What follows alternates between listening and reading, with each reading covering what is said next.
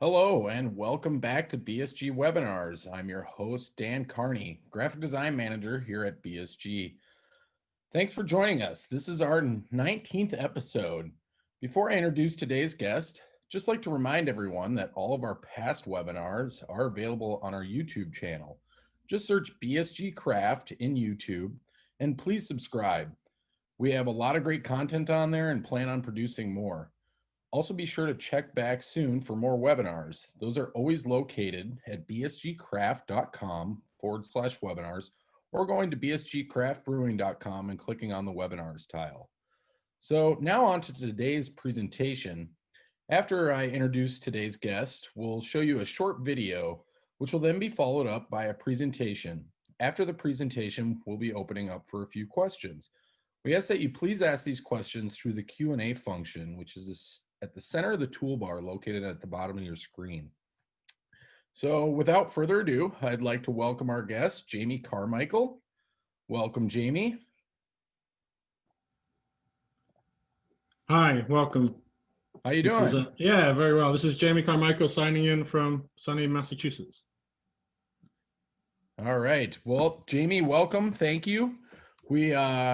We'll show everyone this little video. So if everyone wanted to grab some buttered popcorn, we'll jump off the screen and then we'll come back right after the video and you can start your presentation. Thank you. When developing a beer's flavor, maturation is vital for the removal of unwanted flavor compounds created during fermentation. But the maturation process is time-consuming. What if there was a way to speed it up? At Murphy & Son, our specialists have developed an enzyme called ALDC that speeds up the process. Here's how it works. At the beginning of fermentation, billions of yeast cells convert sugar into alcohol and carbonation. At the same time, the yeast is rapidly producing alpha-acetolactate, or AAL, a flavorless byproduct of fermentation. Low temperatures and oxygen levels lead to a buildup of AAL, similar to a bottleneck effect. Normally, the AAL converts slowly into diacetyl, which, while often used in food flavoring for its buttery taste, will cause an undesirable flavor profile in beer. It can be tasted at very low concentrations, roughly 1 drop in 1,000 liters. Diacetyl is eventually removed by the yeast, but the bottleneck makes both AAL and diacetyl stick around when fermentation ends. The yeast is waiting for AAL to be converted before it can fully remove the diacetyl. Usually this happens during maturation, when yeast has stopped producing AAL. At this point, the backlog is converted into diacetyl and absorbed by the yeast, and then converted into acetoin. This conversion is often the last and slowest part of the brewing process. Murphy & Son's ALDC is added at the beginning of fermentation. It causes the AAL to produce acetoin directly, avoiding the production of diacetyl altogether. No need for diacetyl rest, no buildup of AAL. ALDC can even be used when dry hopping beer. Dry hopping can cause dry hop creep, where the re-fermentation produces more AAL. This, in turn, can cause diacetyl bombs, where the conversion into diacetyl happens in the cans or kegs. ALDC can be reapplied with dry hops, removing the AAL as it is produced by the yeast. In the end, ALDC will not only speed up your brewing process, but will leave you with a more consistent and better tasting beer. Speak to your local BSG rep today about ALDC. Right. Jamie, if we could have you back. There we go. Hello. All right. Well, I'll let you get on with your presentation. Like I said, we'll do a Q&A afterwards. So if everyone would just hang tight after that, we can jump in with questions. So I'll let you take it away. All right. Does that look good? Yeah, I'm Jamie Carmichael from Murphy & Son, here today to talk about kind of diacetyl and the dry hop creep, which is a kind of a big issue at the moment and has been for the last few years. I know there's been some other seminars and webinars about it. So I won't go too much into the the details on why it's happening. we'll talk more about the kind of the diacetyl impact. But just to introduce it, I mean, what is dry hop creep? So I think, you know, many of us are familiar with it from brewing. So it's the point after you've kind of done this kind of primary fermentation where you are adding hops into the kind of the, you know, effectively finished beer, and you see this gradual decrease in the gravity, a little bit more fermentation occur in comparison to a kind of a non-dry hopped beer.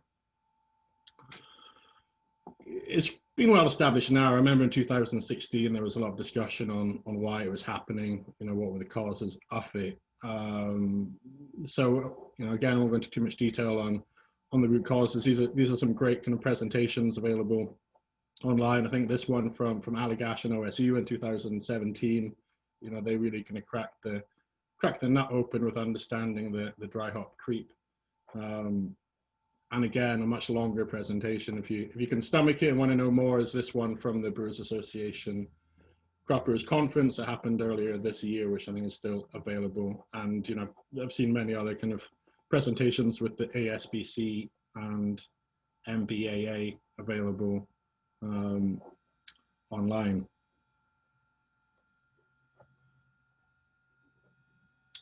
So dry hop creep, what are the challenges? You know, overall, you know, this is the kind of carbohydrate challenges that you can face in the brewery. So, you know, I know, you know, some brewers can face a very dry finished product. It's away from the specification or the palate that they want the beer to be. It's kind of lacking these oligosaccharides, residual sugars that you were kind of wanting in your finished beer. It's got to go somewhere, you know, this lack of sugar, and so obviously one of the places is going into carbon dioxide. So, you know, you get these quality issues. You can have exploding bottles or casks, you know, from the additional CO2 that's being created. And the other place that the sugar goes is into alcohol, you know. So if you've got a label specification that you need to meet, you know, you can go outside of that. So there's kind of carbohydrate challenges. In terms of flavor, which I'm going to talk more about today, obviously you've got the creation of new VDK, which is vicinal diketones or diacetyl. You know, this buttery flavor that you get forming and kind of fermenting beer. The other flavor issue, you know, which is more of a hop issue, is getting the hop flavor desired. We'll touch upon that with, you know, changing your hopping regime while trying to get that hop flavor that you had intended, and to strike that balance with changing things to get around the creep. And more of the point, I think now brewers are familiar with it. They can anticipate some fluctuations, you know, concern from the dry hop creep. It can be a little bit unpredictable. You know, so if you're working in a kind of craft packaging brewery and you're trying to manage production scheduling, you're getting packaging teams in some days, or you're booking a mobile canner, making sure that you know that the beer is finished on time and it's going to, you know, reach its audience in the way it is intended to be appreciated with the taste and flavor you want. That's the bigger concern. And I've seen swings of, you know, weeks, not just days, of trying to get rid of the diacetyl here. So I'll introduce kind of diacetyl, you know, a little bit of a primer if you're, you know, if the biochemistry of it is maybe new to you, or a refresher, just to kind of introduce some of the, you know, the topics. So, you know, why is diacetyl produced at all? You know, it's produced by the yeast, and it's a kind of byproduct of the metabolism that is synthesizing this amino acid valine. So the yeast relies on, you know, a complex blend of kind of proteins in the cytoplasm and in the cell membrane to do the, you know, it's the machinery of the metabolism.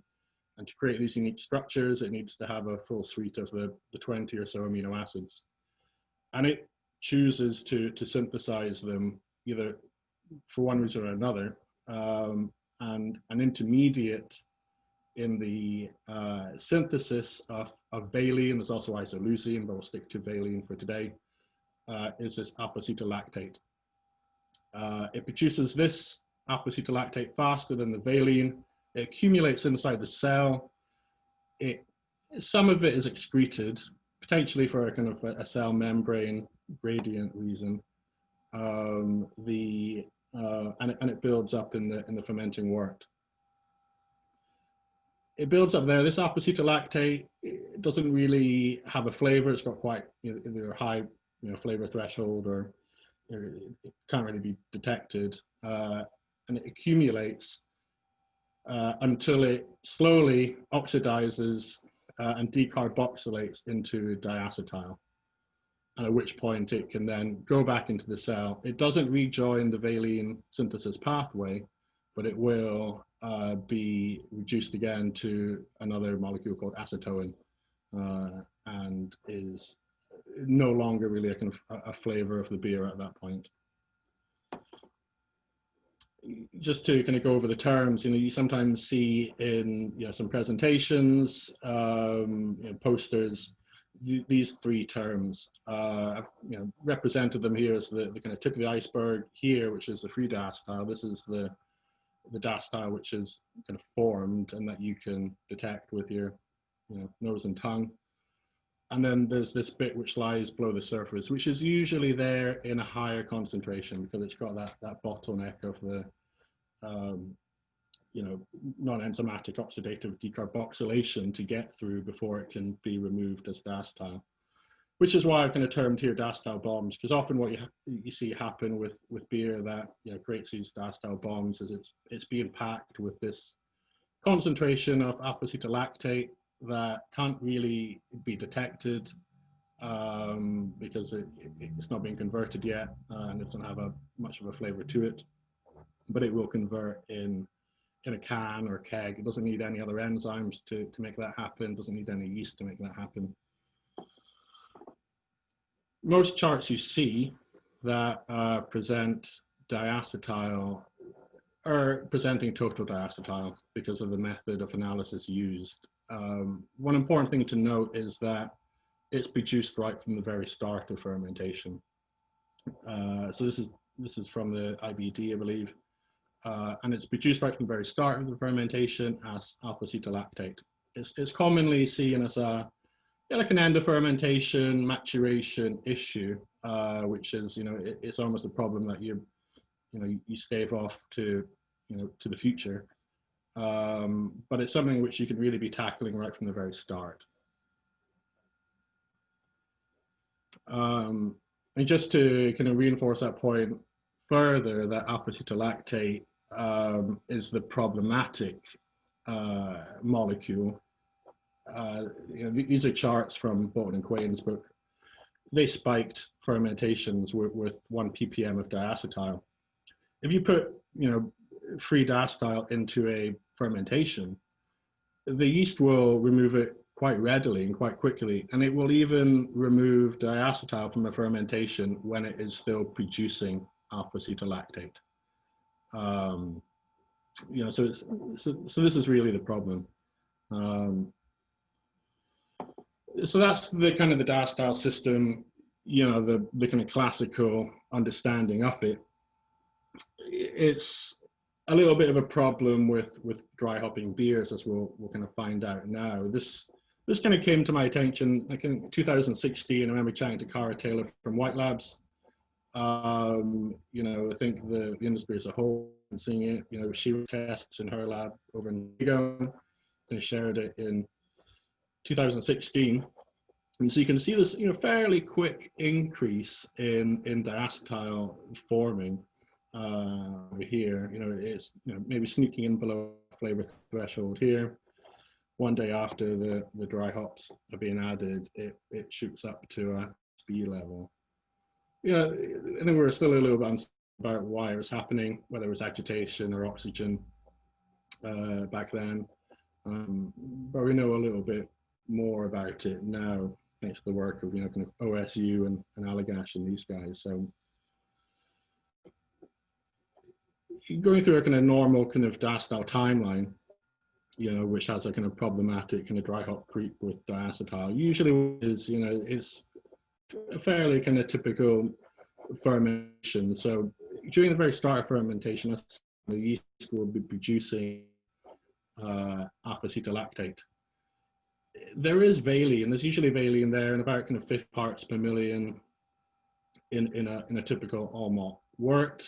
The yeast has a nitrogen repression system, so it doesn't take all the amino acids it needs into the cell. It chooses to selectively, repress some uptake systems, and one of these is valine. So it doesn't take up valine until later on. So you see the initial rise until the group 1 amino acids, as we call them, have been depleted. And at that point, it switches on the kind of valine uptake port on the membrane. And so you see this first peak, and then as it's readily utilizing the valine that's present in the wort, it has a chance to catch up a bit. So you can sometimes see this little bump. It's either a plateau or like a little decline. Usually you see it with high nitrogen worts, all malt wort. With the kind of adjunct wort, it tends to be more of a single peak as it kind of goes through them a lot faster. So you get this kind of maybe a false low here. The valine's depleted. You get a second peak as it's moving on to the group 3 amino acids. And again, the alpha-ketolactate increases in the fermenting wort as the valine has restarted the synthesis. And then up until before dry hopping, a lot of the fermentations will be kind of going okay. You can often reduce down the diacetyl through normal means. You can get it there with a few days maturation, not a problem. Then you can add the dry hops. As we know, as we've seen from like Thomas Shellhammer, you're adding these fermentables either directly from the addition of sugar or indirectly with the action of these kind of starch degrading enzymes on the residual carbohydrate left in the wort.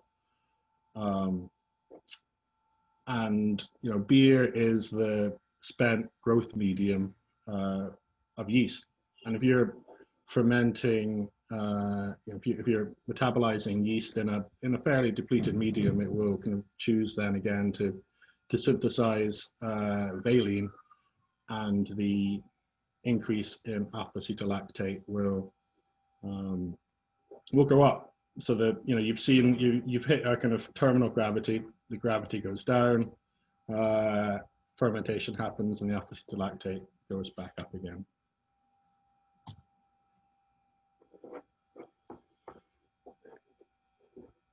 Why is this reduction worse than this one over here that we kind of went through before? A few factors. Most of the factors are not in your favor for a kind of traditional reduction in diacetyl at this point. Absolutely kind of low oxygen at that point. So no oxygen to help this oxidize. Low temperature, as you know, in like all chemical reactions, and this is just a kind of chemical reaction. There's no enzymes or yeast requiring this to happen. So this slow conversion is made slower by the low temperature. High carbon dioxide. So the alpha-ketolactate, this is a decarboxylation reaction. It needs to remove carbon dioxide for it to decarboxylate into diacetyl. So if you've got a high concentration of products on this end, this reaction happens slower and low pH. And then even if you are lucky enough to get your residual alpha-ketolactate onto the other side into diacetyl, whereas before you might have had some like a high cell count in suspension, now you have a low cell count. You've had the cooling on for a few days, low cell activity from the colder temperature, and then it also has a low level of substrate coming into it. So this is kind of characteristic, and it can be a little bit unpredictable. The reduction is what I've found.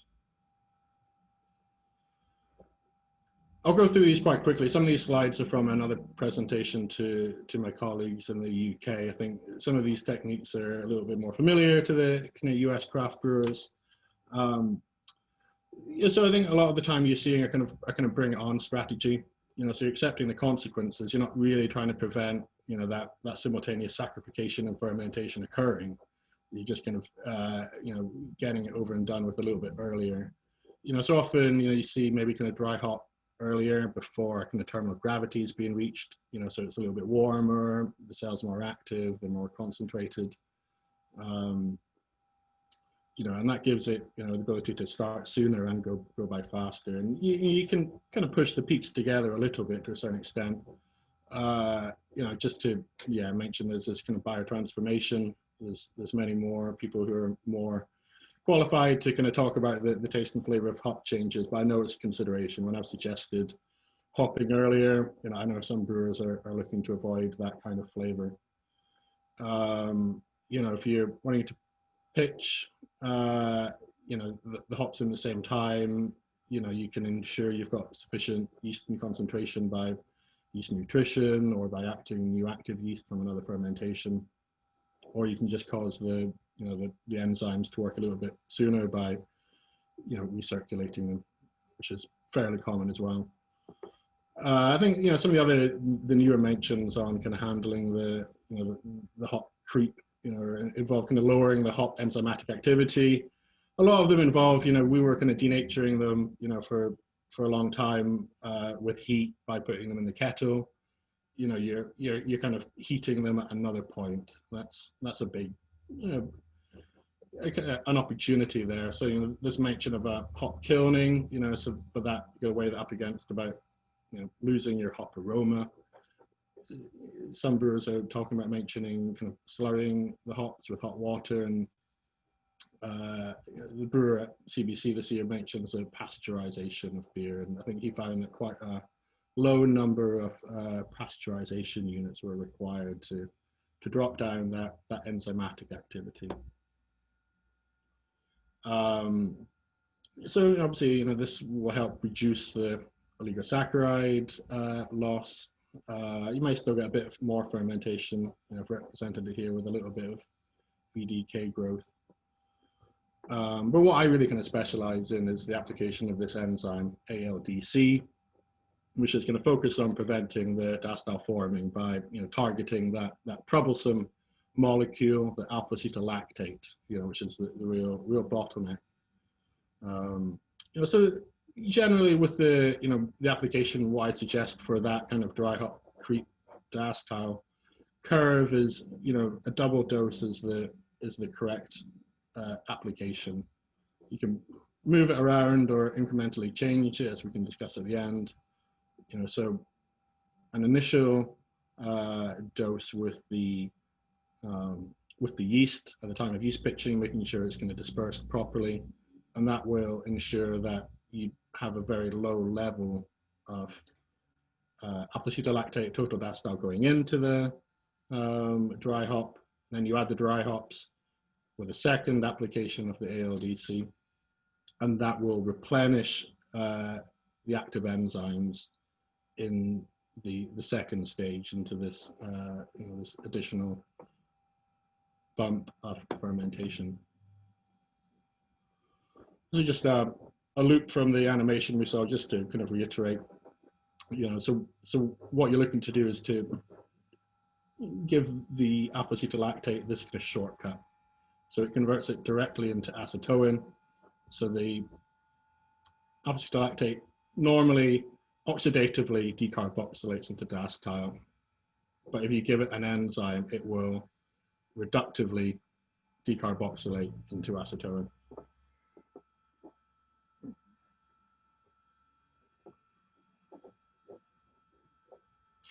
Diacetyl force test. So I think the other kind of question that I get asked is, how much should I be putting in? The methods for analysis are quite tricky. I think a lot of kind of chemists have pulled their hair out trying to get the distillation method correct. It's a little bit fickle, or the other method of analysis is using a gas chromatography machine. which has quite a price tag attached to it. But sensory method is fairly kind of quick and simple to do. Reasonably familiar, I think, with a lot of the kind of craft breweries, but I think it's still worthwhile going over. So what we're looking to achieve with this force test is we're trying to push this alpha-acetolactate into diacetyl. It happens slowly on its own because of the cold temperature, but if you heat it up, it will happen quite quickly. So you want to take 2 samples of kind of finished beer. You could jars or sealed tubes or kind of pint glasses, cover them.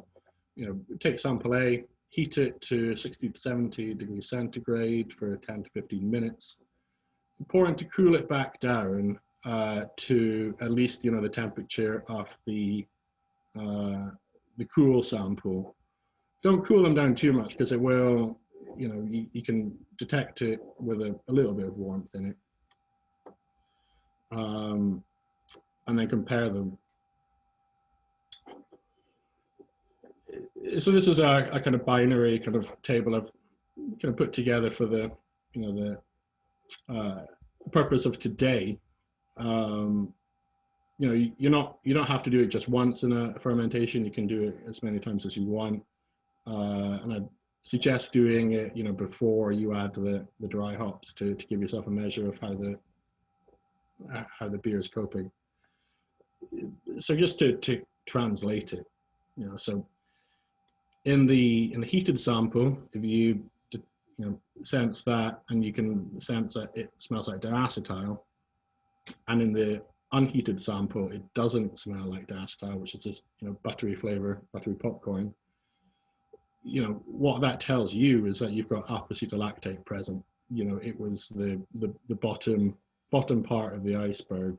You needed to force it into diacetyl to be able to detect it. It's quite risky because the beer can taste fine, can taste great, but if you pack it, it will convert on its own over time into these kind of diacetyl bombs.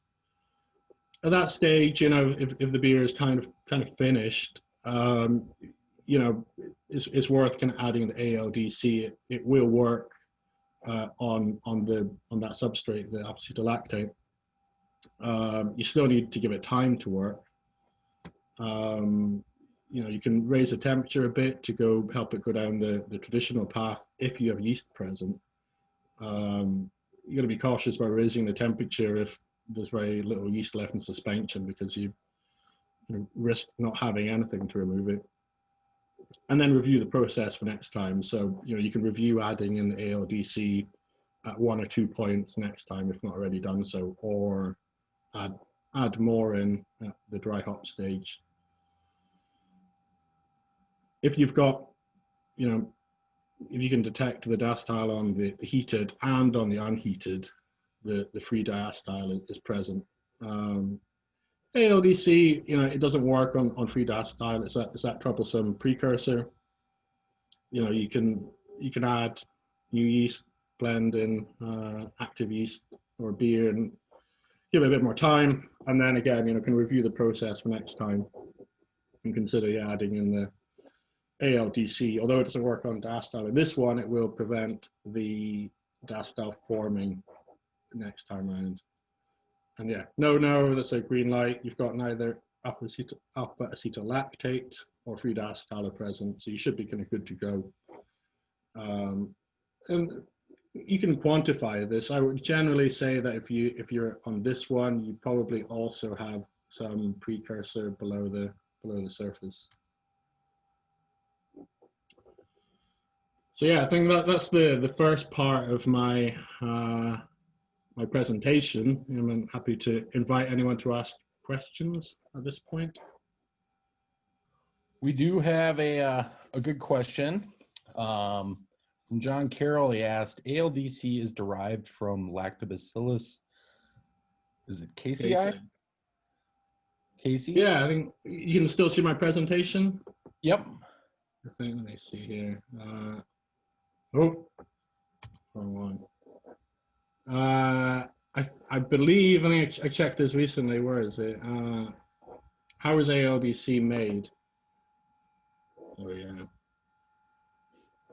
So our one is made from a submerged culture of Bacillus subtilis.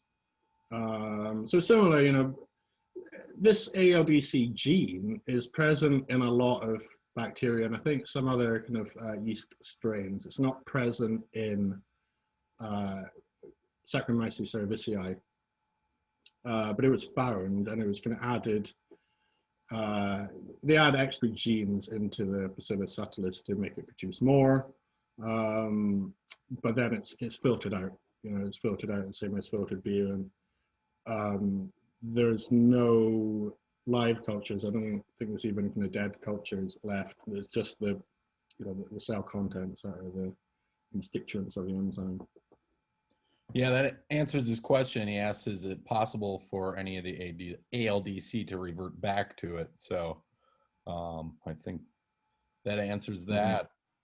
Then we have a question from Brandon. Will the ALDC added at the start of fermentation stick around long enough to act on the beer during dry hop phase? Or is it totally necessary to add during dry hop? I think this is... Actually, I'll start with a different, let me see here. One of the questions I get asked quite often is this one, which this is a prelude to answering your question, Brandon. So data sheets, we make them as companies and they kind of float around. And some of the data you see looks like this.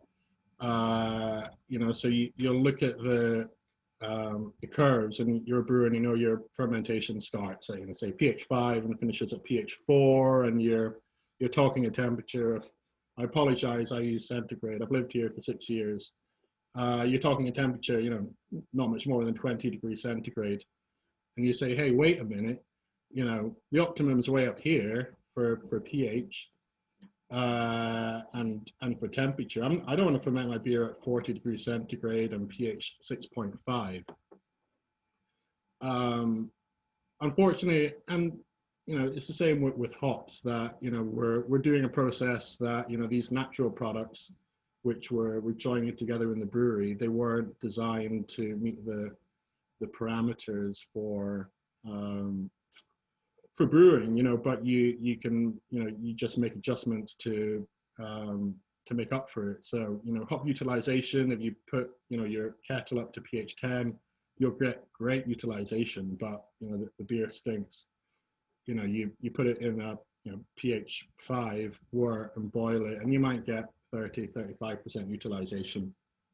It's, you know, there's a compromise, unfortunately.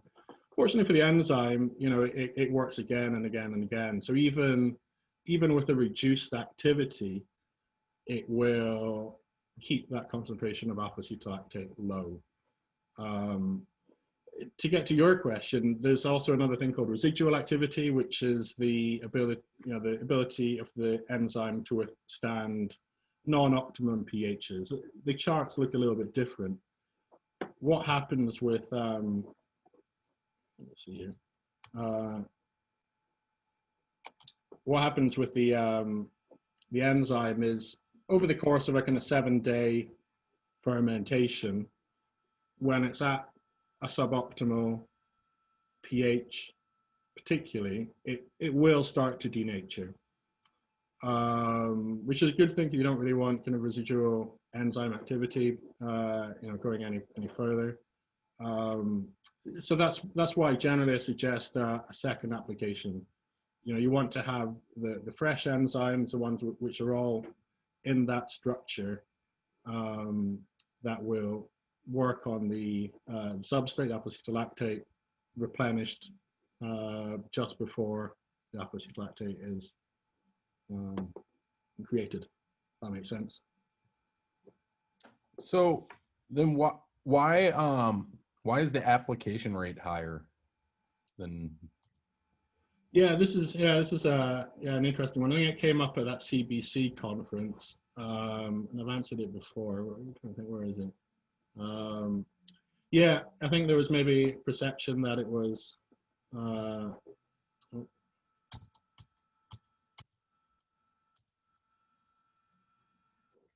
that maybe we had diluted the product down, which isn't the case.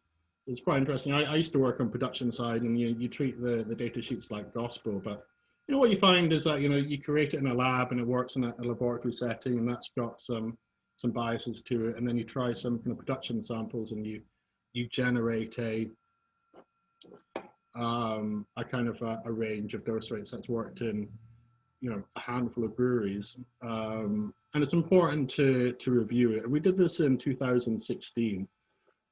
The new enzymes are actually hardier than the enzymes that we produced 5 to 10 years ago.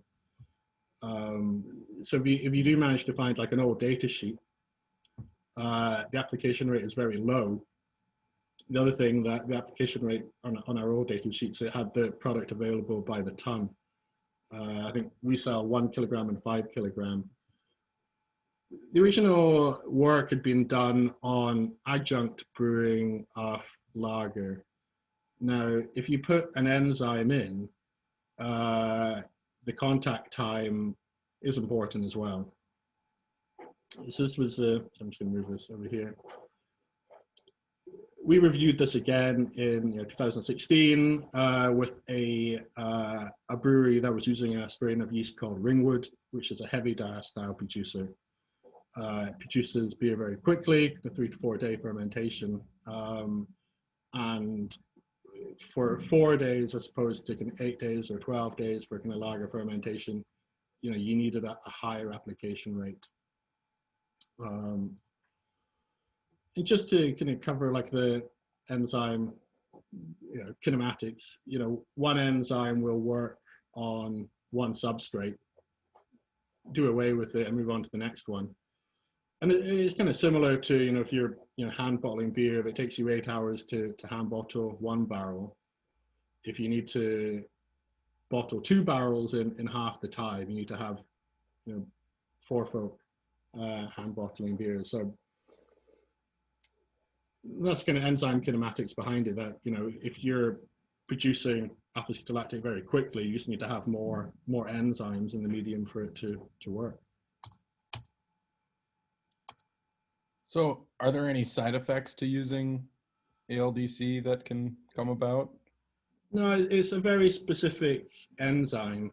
Something like a glucanase is kind of quite broad. So if you put too much glucanase in the mash, you dissolve it and it exacerbates the problem, or it can reduce ferulic acid or something like that.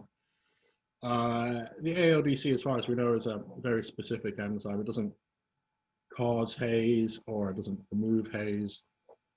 It's very substrate focused. So one thing that we get questions on, and not everybody always knows this, but how do you best recommend to store ALDC when it gets into the brew house? So it's got a shelf life of 18 months. I think the packet temperature is 10 degrees centigrade. It does decrease over time. So when it arrives, put it in the fridge. If it arrives on Friday, and I know not every brewery kind of works 7 days a week, and you arrive and it's sitting out on Monday, it will be okay for a couple of days. Keep it in the fridge. If you forget it overnight, something like that, it'll be fine. Don't leave it on the shelf behind the boiler, for 3 months before working. But I think most enzymes would benefit from being stored cool. So, and this one in particular.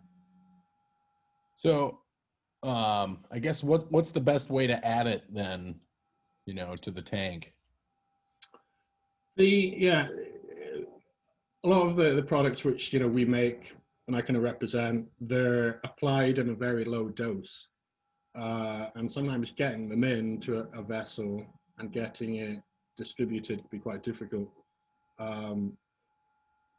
If you're adding a very small dose, you can dilute it with cool distilled water or RO water. If you're worried about diluting it with water and you want to boil it first. Make sure that boiled water is thoroughly cooled before you mix it in. And so you can dilute it, put it in a jug, and then, depending on your method of applying the dry hops, and I'd add it in the same way. And even if you are, some breweries will pull some beer out into a separate vessel to mix with a dry hop before pumping back in. That's a perfect place to add the enzyme. Okay. Can you heat it up to make it sterile, or is that? No, yeah. Yeah. Unfortunately, yeah. We test it for microbial stability, as we pack it, and so it's got, very, very low number of microbes in it. But if you heat it, because these enzymes are based on these kind of complicated protein structures, if you heat it, the structure deforms into a shape that can't be regained again, and the enzyme loses its activity. Well, one more question for you. So if you're going to do a multi-fill, should it put it in at the start or with each fill?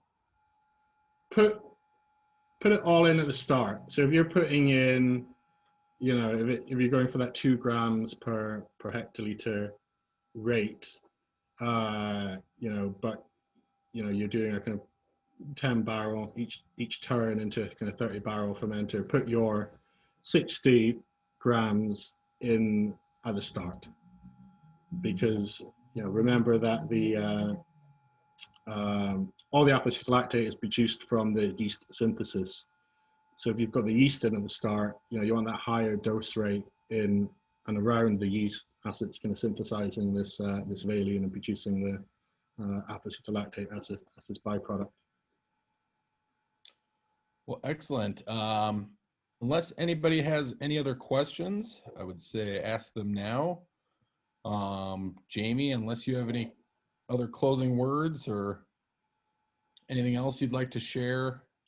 No, I'd just like to kind of share my appreciation of the brewing community at large, because I think this problem kind of found me. We'd produced this enzyme for decades for lager brewing, and this was a new problem, dry hop creep, in terms of everything that happens with it.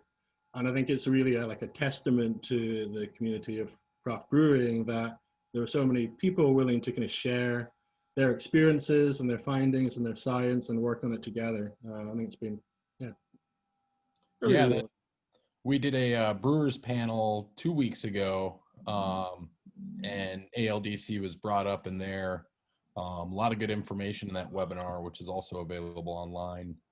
And we've also done another webinar on hop creep, where once again, ALDC was brought up. So we definitely have a lot of people that like to use it, and it's a great product. So yeah, I think it's been fascinating. I think a few years ago I was looking down all avenues, trying to find the root cause of it. So yeah, more than happy to keep talking about it. So it's my email address here. I should put my phone number up. If you want to talk more about it, if you're stuck and you want some other thoughts on the matter, happy to keep talking about it. yeah, absolutely. And contact a CSR or sales manager too at BSG. They're happy to either connect you to Jamie if they can't answer your questions. But well, we appreciate it, Jamie. Thanks for taking the time today and presenting to us. And love all your materials. The new marketing materials are great. So we'll be getting those out to everyone. I'm gonna keep myself busy. So, well, if we didn't get to your questions today, please send them to webinars@bsgcraft.com, and we'll work with Jamie to get you some answers. And remember to keep an eye out for new episodes. Those will be announced on social media channels and can be found at bsgcraft.com/webinars. Also, for any past webinars, like I've said, please visit YouTube and search BSG Craft and subscribe. So from everyone here at BSG and Murphy & Son, thanks for tuning in. I'm Dan Carney. This is Jamie Carmichael. and we will see you next time. Thank you.